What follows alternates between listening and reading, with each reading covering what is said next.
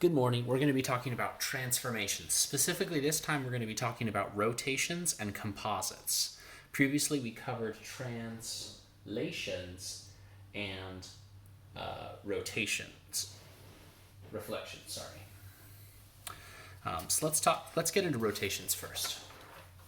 So, if you're given some figure, let's say we have this figure, it's a triangle, and here's our triangle. Here's our pre-image. I'm going to call it ABC. And I want to rotate this 90 degrees clockwise. So our clock goes this way. So we're going to expect it to end up somewhere over here. We're going to use this rule. But we need to find out what these coordinate points are. So we're at -2, 1. We are at -1, 2. And we are at -1, 4.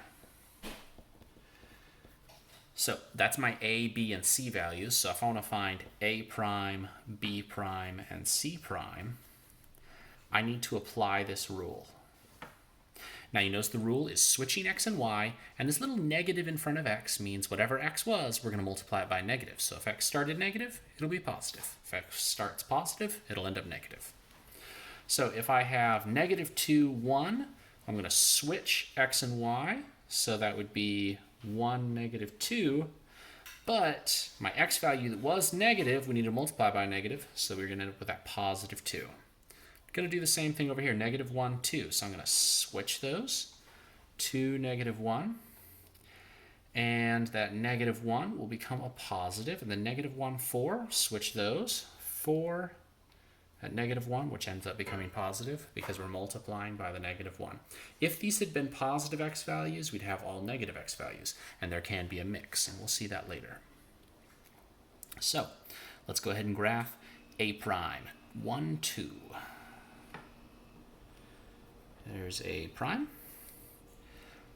2, 1. There's B prime, 4, 1. There's C prime. Play connect the dots. And now we have our triangle that's been rotated 90 degrees clockwise. Okay. Now, is there a rule for counterclockwise? Of course there is. Notice the difference here is we're switching x and y, but instead of making the x opposite sign, we'll make the y the opposite sign. Let's go ahead and do something a little bit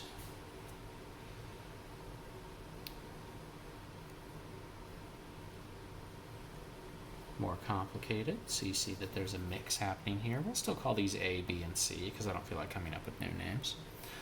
This is at 1, 3. I don't know why I said 4. I can't count, I guess. This is at 1, 0. And this is at -1, +2. Okay, now we're going to switch our x and y values, and all the y values, if they're positive, we're going to make them negative, and if they're negative, we're going to make them positive.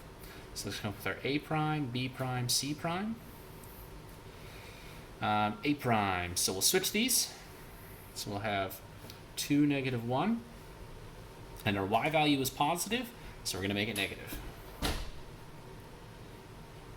And we're going to switch our B values. So we'll have 3, 1, and our y value is positive, so we're going to make it negative. And we're going to switch our C values, 0, 1. And our y value is neither negative or positive, so we just leave 0 alone because 0 is neutral. And let's go ahead and graph these points, -2, -1. -3, 1. And 0, 1.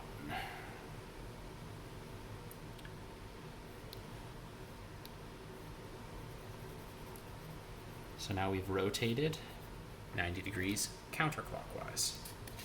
Now let's say we're dealing with something where it wants us to rotate 270 degrees. Well, isn't 270 degrees 90 plus 90 plus 90, which means all we're going to do, let's just take this point, for example. That's the point -1, 3. Okay, we are going to rotate that 270 degrees clockwise. Now, 90 degrees clockwise is when we take xy. Hopefully you've written this formula down. And turn it into y negative x. And then we're going to turn it into y negative x. And then we're going to turn it into y negative x. Now, why are we doing this 3 times? Because we need 3 90s to add up to 270. So we're going to take this -1, 3. We're going to switch them, and whatever our x value was is going to switch signs. So it was negative, so now it's going to be positive. Let's go again. We're going to switch them, and whatever our x value was, since it was positive, now it goes negative. And then we're going to rotate one more time. And our x value was positive, so now it's going to be negative. And that's where our point is, rotated 270 degrees clockwise. Oops, I didn't read the counterclockwise. So we'll just pretend like it meant clockwise the whole time. I apologize. So -3, -1.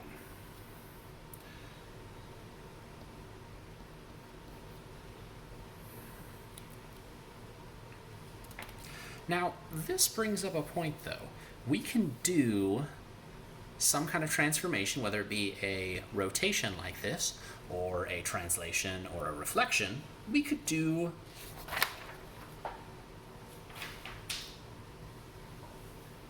a composite.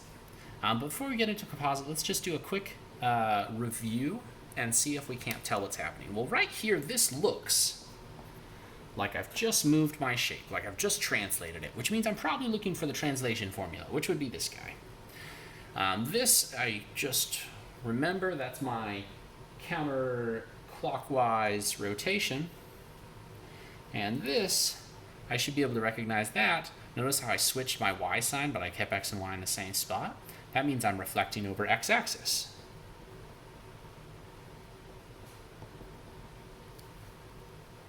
So I'm guessing this is my answer. But if I wanted to be sure, I could plug in values. Let's say this point eventually became this point, is what it looks like. So let's plug in -1, 4 into all of these formulas and see what we get.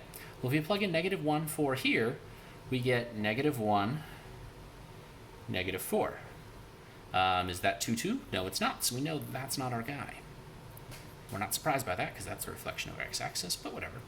This one, we're switching x and y, and we're making our y value the opposite of what it was. So switch x and y y value opposite of 4 is -4. Okay, is that 2, 2? No, so we know it's not that guy. Okay, let's do our final guy. -1 plus 3 is 2. 4 minus 2 is 2.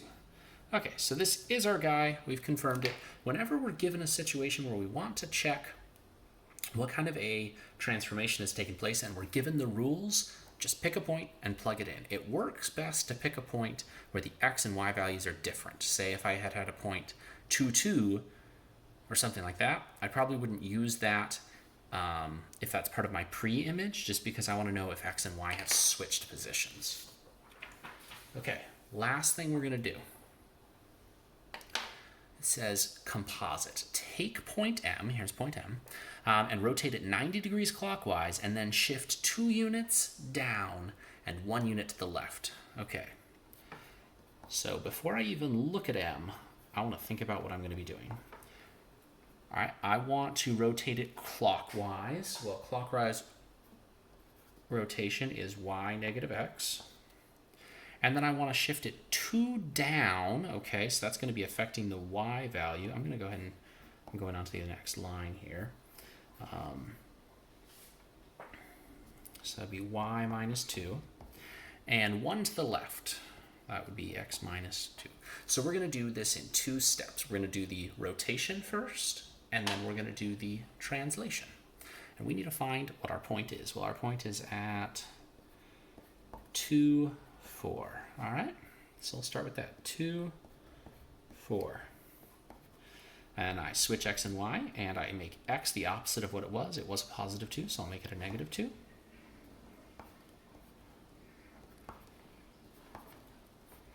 And then I want to subtract 1 from my x. Well, 4 minus 1. Notice how I'm just dealing with this now. I'm not looking at what came before.